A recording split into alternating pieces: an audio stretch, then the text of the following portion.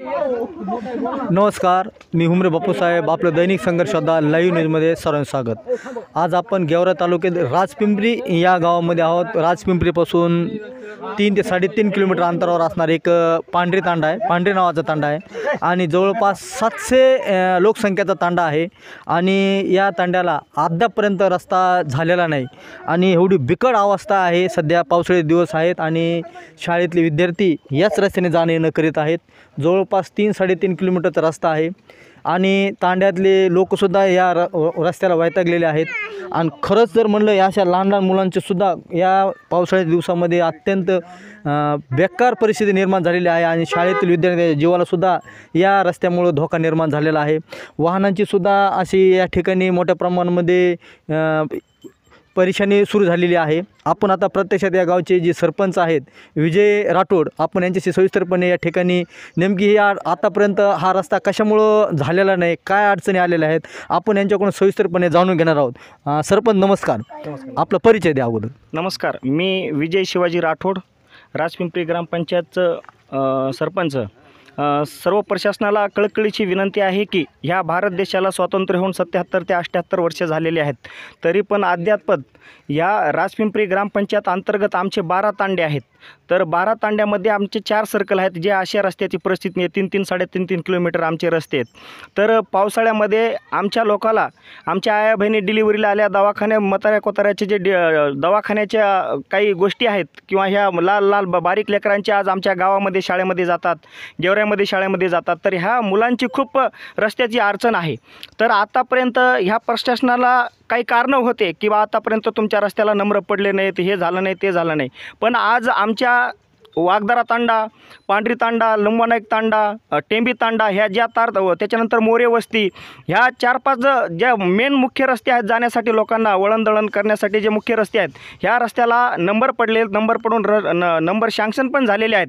तर आमच्या राजपिंपरी ग्रामपंचायतच्या वतीने सर्व 12 तांड्याच्या गावाच्या वतीने सारे कळकळीची विनंती आहे की ह्या इथल्या प्रशासनाने ह्या जनतेची दखल घ्यावा. आज आम्ही जर बघितलं तर गुराढोराला लाईट आहे, गुराढोराला पाण्याची सोय आहे, गुराढोराला जाण्या येण्यासाठी रस्त्याची सोय आहे. पण आज ह्या सर्कलमध्ये राजपिंपरी अंतर्गत माटेगाव रोड ते धारुणाईक तांडा हा जवळपास 3.5 किलोमीटर अंतरचा रस्ता आहे. जवळपास इथे 700 ते 800 लोकसंख्या राहते, जवळपास 300 ते 400 मतदार आहे इथे. तरी पण ह्या शासनाने आतापर्यंत कसलंही दखल घेतलेली नाही आहे. त्याच्यानंतर माटेगाव रोड ते उदानाईक तांडा ह्या रस्त्याला 1000 ते 1200 लोकसंख्या आहे आणि तिथं पण अद्याप 500 ते 600 मतदार आहे.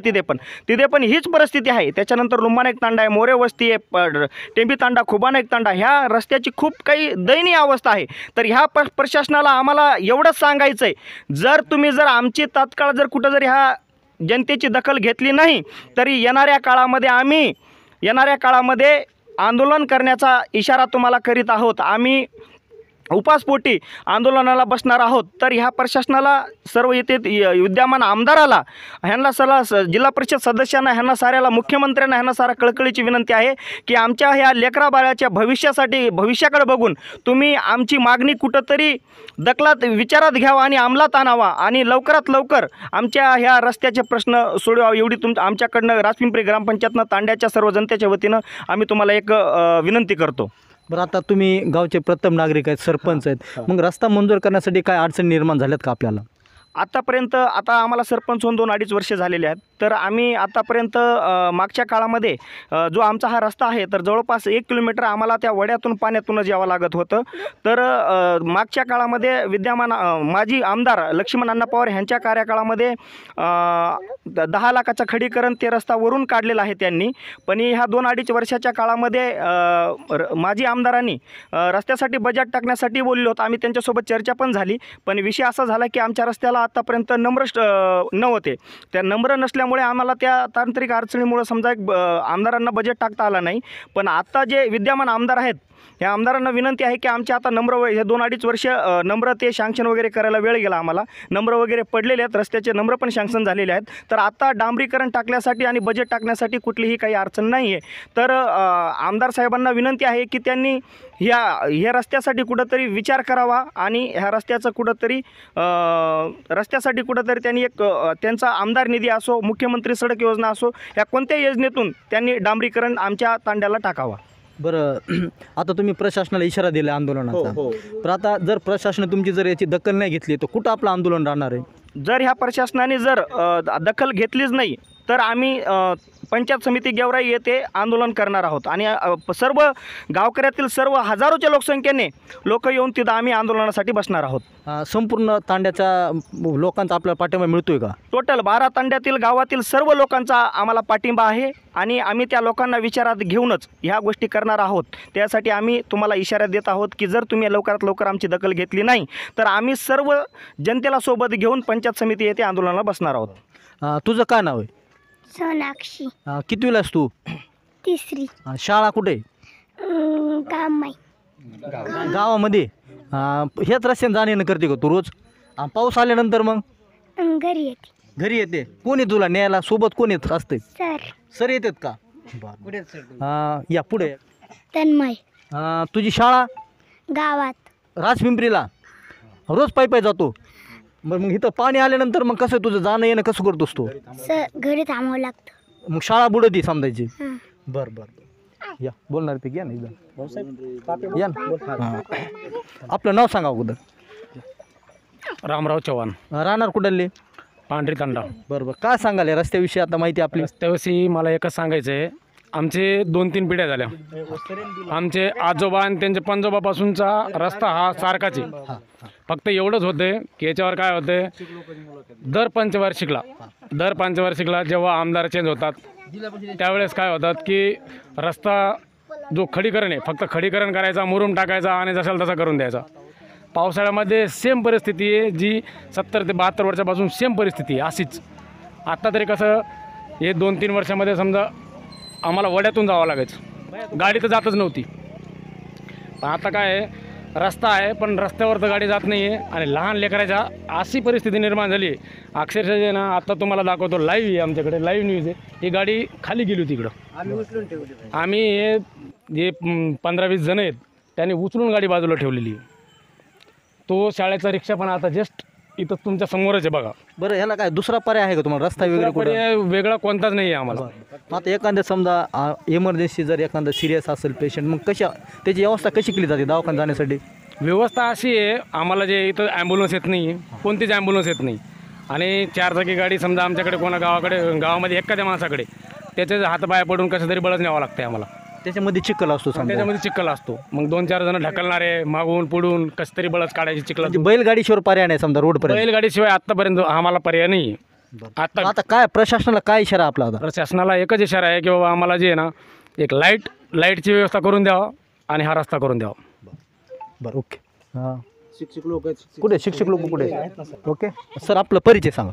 माझं नाव पल्लेवाड सर आहे. इथं मी 7 वर्षापासून आहे जवळपास तांड्यावर ड्युटी आपली. तांड्यावर ड्युटी. बरं आता पावसाळ्याचे दिवस सुरू आहेत, मग आता 4 महिने आपलं कसं येण्या जाण्याचा कसा प्रश्न? असंच पायी उतरत थोडं असं चालत यावं लागतं आम्हाला. कधी कधी गाडी स्लिप होते बऱ्याच वेळेस. मग आता त्या पुढचं म्हणजे अगोदर तर त्या पांदीमधून रस्ता होता, पूर्ण पाण्यामधून जात होतो आम्ही.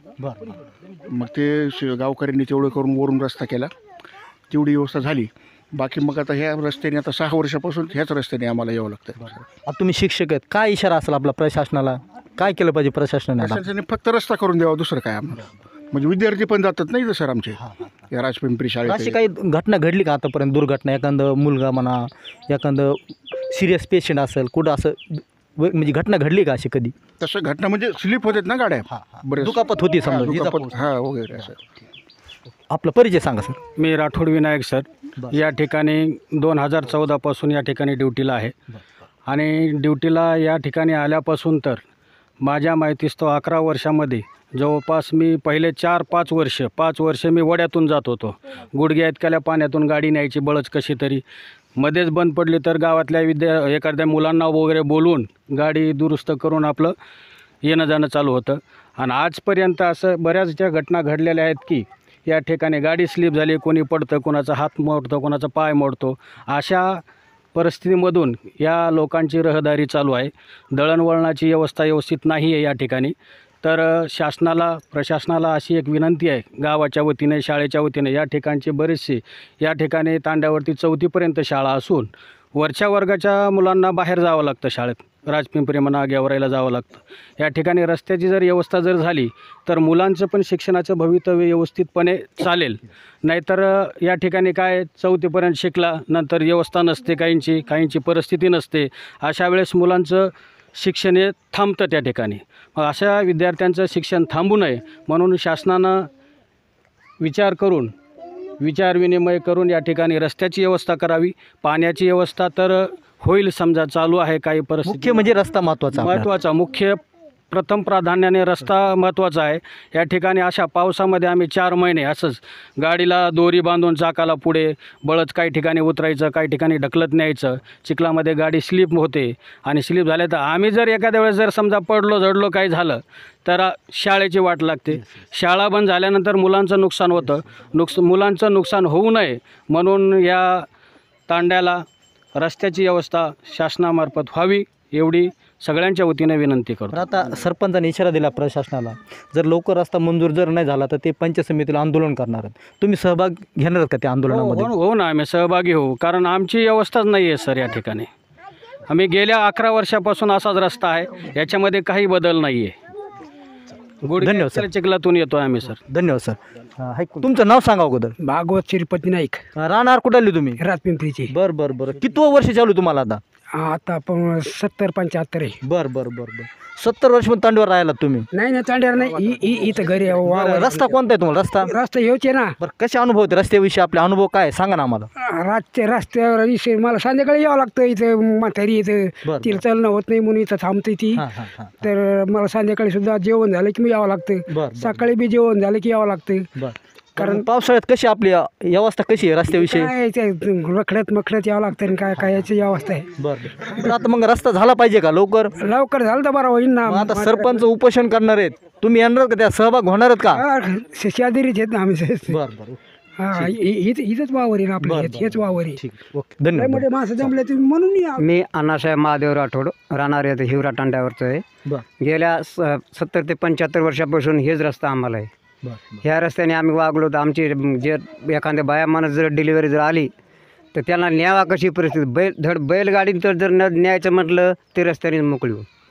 जर दवाखाना आम्हाला जवळ नाही, सरकारी दवाखाना न्यायचं म्हटलं गेवरायला जावं लागतं. मग इथून तिथपर्यंत गावापर्यंत गावात जाऊन बी पुन्हा रिक्षा ओढून आम्हाला बघावं लागतं. मग तोपर्यंत बाया माणूस दमतात का? तर हे 70-75 वर्षापासून हेच रस्ता आमचा चालू आहे. तरी मला एक सांगायचं की प्रशासनाला विनंती करून मतदानाच्या टायमाला सगळे मतदान मागतात, पण हे रस्त्याच्या टायमाला कोणी येत नाही. हे चिखला पाण्याचे लागतात आम्हाला, कोणी पडतात कोणी घसरत आहेत.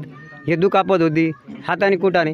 मग मी प्रशासनाला सांगतो की आमचे प्लीज हे नंबर विनंती जोडून हे रस्ता आम्हाला करून देणे. बरं, आता सरपंच उपोषण करणार रस्त्यासाठी? मी सगळ्याच्या अगोदर राहणार.